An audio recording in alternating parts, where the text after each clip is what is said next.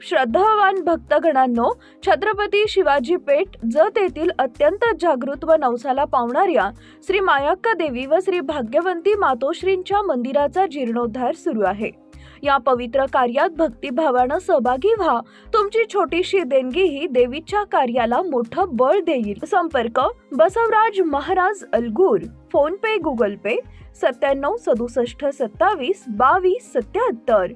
देवी भक्तांनी एकत्र येऊन हे पुण्य कार्य यशस्वी करावे ही नम्र विनंती। नमस्कार, मी मेघा जगताप, बीबीएम न्यूज मध्ये आपल्या सर्वांचं स्वागत। पाहूया आजच्या घडामोडी।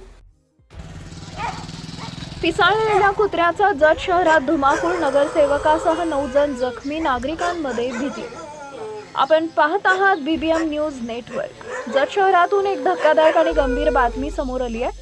जत शहरात एका पिसाळलेल्या कुत्र्यानं अक्षरशः धुमाकूळ घालत नगरसेवकासह तब्बल 9 नागरिकांना चावा घेतल्याची घटना घडली आहे। या घटनेमुळे काही काळ शहरात भीती आणि गोंधळाचं वातावरण निर्माण झाले होते। जत शहरातील आंबेडकर नगर, महाराणा प्रताप चौक आणि सातारा रोड परिसरात या पिसाळलेल्या कुत्र्यानं नागरिकांवर हल्ले चढवले। कुत्रा थेट नागरिकांच्या अंगावर झेपावत असल्यानं परिसरात एकच खळबळ उडाली होती।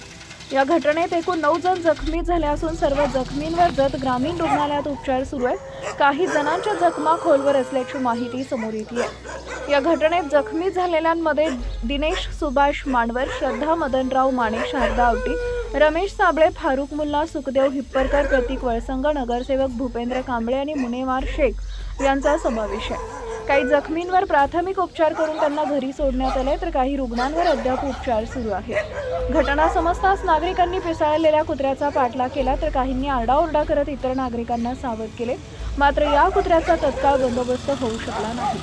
आंबेडकर नगर परिसरात एका लहान मुलावर कुत्रा झेपावत असताना नगरसेवक भूपेंद्र कांबळे यांनी मुलाला वाचवण्यासाठी कुत्र्याला हुसकावण्याचा प्रयत्न केला। याचवेळी कुत्र्यानं त्यांच्या पायाला चावा घेतला।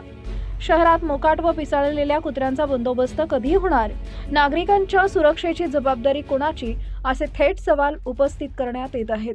या घटनेनंतर जत शहरातील नागरिकांमध्ये तीव्र संताप व्यक्त होत असून पिसाळलेल्या मोकाट कुत्र्यांचा तात्काळ बंदोबस्त करावा अशी जोरदार मागणी प्रशासन करत आहे। या घटनेची दखल घेऊन काय उपाययोजना करते याकडे आता जत शहरात संपूर्ण सगळ्यांचं लक्ष लागलं आहे। बातमी आणि जाहिरातीसाठी आमच्या चॅनलला लाईक आणि सबस्क्राईब करा।